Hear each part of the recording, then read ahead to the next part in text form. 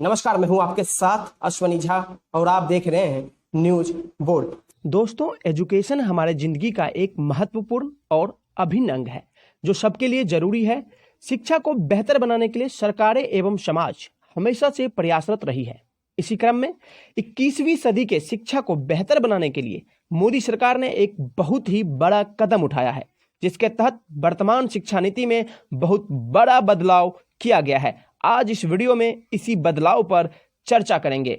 National education policy 2020 के अंतर्गत स्कूली शिक्षा में मौजूदा 10+2 संरचना को संशोधित किया जाएगा और नई संरचना 5+3+3+4 के फॉर्मूले पर आधारित होगा। आपको ग्राफिक्स के जरिए समझाते हैं कि 5+3+3+4 का क्या फंडा है। अब आप अपने स्क्रीन पर एक ग्राफिक्स देख पा रहे होंगे जिसमें आप प्रीवियस एकेडमिक स्ट्रक्चर और न्यू एकेडमिक स्ट्रक्चर देख पा रहे होंगे। जो न्यू एकेडमिक स्ट्रक्चर है इसे 4 भागों में बांटा गया और सबसे पहला जो स्टेज है वो है फाउंडेशन स्टेज। फाउंडेशन स्टेज 5 सालों का होगा, जिसके लिए एज निर्धारित किया गया है 3 साल से लेकर 8 साल तक। इस 5 साल में सबसे पहला 2 साल जो 3 साल के एज से लेकर 5 साल का होगा वो आंगनबाड़ी में जाएंगे बच्चे पढ़ने के लिए। 5 साल के बाद बच्चों का एडमिशन होगा प्रारंभिक कक्षा में। प्रारंभिक कक्षा का मतलब पहली कक्षा बिल्कुल नहीं है। अब हर स्कूल में पहली कक्षा से पहले एक प्रारंभिक कक्षा होगा जिसमें बच्चों के शारीरिक विकास, बच्चों के ग्रोथ पर ध्यान दिया जाएगा और मिड डे मील अब प्रारंभिक कक्षा तक दिया जाएगा।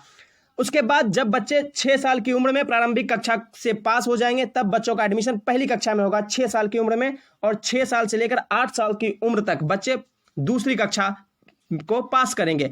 दूसरी कक्षा को पास करने के बाद जो बच्चे हैं उनका एडमिशन होगा प्रारंभिक स्टेज में यानी प्रीपरेटरी स्टेज में, जिसके लिए एज निर्धारित किया गया 8 साल से लेकर 11 साल तक।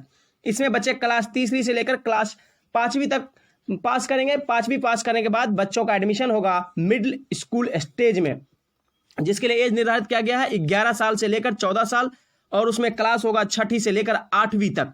जब बच्चे 8वीं पास कर जाएंगे तो वो पहुंचेंगे हाई स्कूल या सेकेंडरी स्टेज में। जो हाई स्कूल और सेकेंडरी स्टेज है वो 4 सालों का होगा। उसमें कक्षा 9वीं से लेकर कक्षा 12वीं तक निर्धारित किया गया है, लेकिन इस में जो कक्षा 9वीं से लेकर 12वीं का टर्म होगा उसमें 2 फेज होगा। पहला फेज होगा कक्षा 9वीं से कक्षा 10वीं का और दूसरा फेज होगा कक्षा 11वीं से कक्षा 12वीं का। लेकिन इसमें बच्चों के पास एक ऑप्शन होगा कि वो कक्षा 10वीं को पास करने के बाद एग्जिट ले सकेंगे और दोबारा से कक्षा 11वीं में एडमिशन ले सकेंगे। प्रीवियस एकेडमिक स्ट्रक्चर में एज ग्रुप 3 से 6 को सम्मिलित नहीं किया गया था। न्यू एकेडमिक स्ट्रक्चर के अंतर्गत एज ग्रुप 3 से 6 को भी सम्मिलित किया गया है। अब हर आंगनवाड़ी स्कूल को गांव के प्राइमरी स्कूल से जोड़ा जाएगा। स्कूल में होने वाले हर प्रोग्राम में आंगनवाड़ी के बच्चे और उनके पेरेंट्स को भी इन्वाइट किया जाएगा। आंगनवाड़ी में नियुक्त टीचर्स को ट्रेनिंग दिया जाएगा। अगर टीचर्स 10+2 योग्यता वाली हैं या उससे अधिक योग्यता वाली हैं तो उन आंगनवाड़ी वर्कर्स को 6 महीने का ECCE यानी early child care and education का सर्टिफिकेट प्रदान किया जाएगा, और 12वीं से कम योग्यता रखने वाले आंगनवाड़ी वर्कर को 1 साल का डिप्लोमा कराया जाएगा। यह प्रोग्राम DTH के तहत रन किया जा सकता है।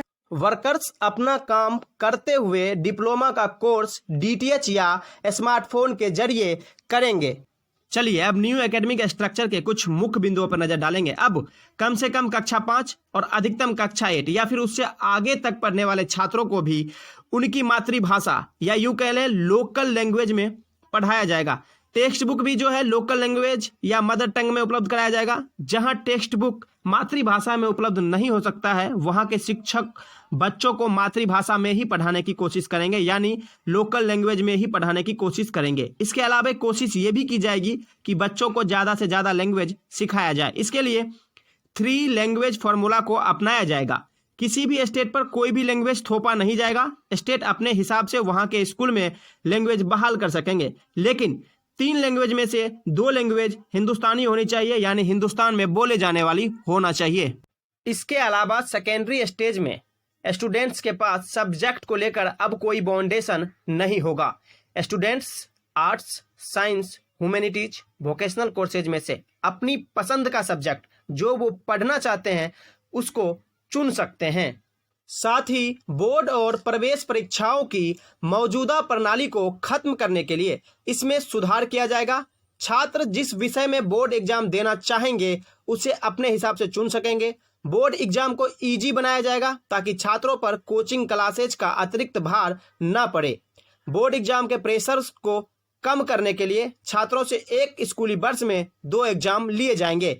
एक मेन एग्जाम होगा और दूसरा मेन एग्जाम के पूर्व लिया जाएगा ताकि पता चल सके कि सुधार की कहाँ जरूरत है। इसके अलावा स्टूडेंट को अधिक से अधिक सब्जेक्ट का एक्सपोजर मिले और फ्लेक्सिबिलिटी का लाभ मिल सके, इसके लिए अलग अलग रीजन्स में वहाँ की सरकारें पॉसिबिलिटीज के हिसाब से स्कूल एजुकेशन के 4 स्टेज को सेमेस्टर या अन्य शॉर्टर मॉड्यूल में जो छात्रों के लिए सही है वो लागू कर सकती है।